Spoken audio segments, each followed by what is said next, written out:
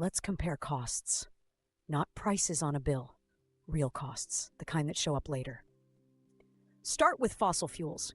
Coal, oil, and gas are dense sources of energy. They're easy to store, easy to transport, reliable, on demand. That's why they powered industrial growth. But here's the hidden side. Burning fossil fuels releases carbon dioxide, sulfur dioxide, nitrogen oxides, and fine particles. These don't disappear. They stay in the air. They enter lungs. They warm the planet.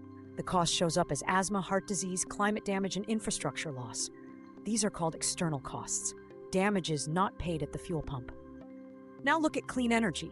Solar, wind, and hydro don't release pollution during operation. No smoke, no exhaust, but they're not free of impact. Mining materials takes energy.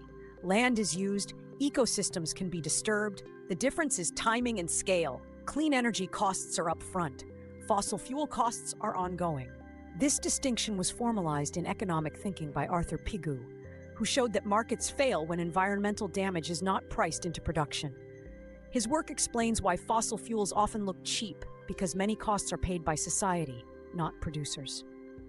Now zoom out. When fossil fuels dominate energy systems, healthcare costs rise, climate risk increases, air and water quality decline. When clean energy expands, emissions fall. Health improves, long-term risk decreases. This is why energy comparison isn't ideological, it's financial.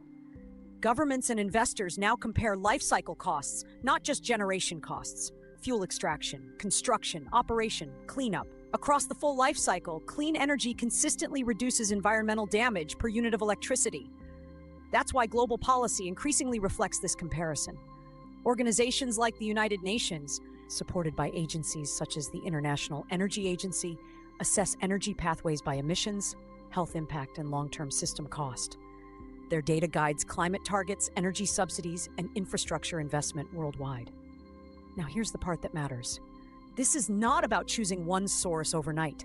Energy transitions take time. Grids must remain stable. Jobs must shift gradually. But delaying transition increases cumulative damage and cost. Before we end, zoom out one last time. Fossil fuels deliver energy now, but push costs into the future. Clean energy costs more upfront, but reduces damage over time. Environmental science exists to make those trade-offs visible. So decisions aren't made on price alone, but on total impact.